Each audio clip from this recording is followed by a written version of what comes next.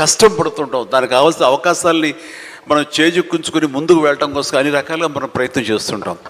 మరి తప్పు ఎక్కడ జరిగింది అంటే, నీకు ఎన్నో అన్ఫోర్సీన్ బయటకు వస్తుంటాయి, ఒక డిస్ట్రక్షన్స్ వస్తుంటాయి, డిసప్పాయింట్మెంట్స్ వస్తుంటాయి, నేను డీమోటివేట్ చేసేవాళ్ళు ఉంటారు. ఇలాంటి డీలు ఎన్ని ఉన్నా సరే దాన్ని ఢీ కొనాలంటే ఒక డిటర్మినేషన్ ఉండాలి. అది వెరీ మచ్ ఇంపార్టెంట్. అంటే బెదరకూడదు, మన ధ్యేయం చెక్కు చెదరకూడదు, అకుంఠిత దీక్షతోటి ముందుకు వెళుతూ ఉండాలి.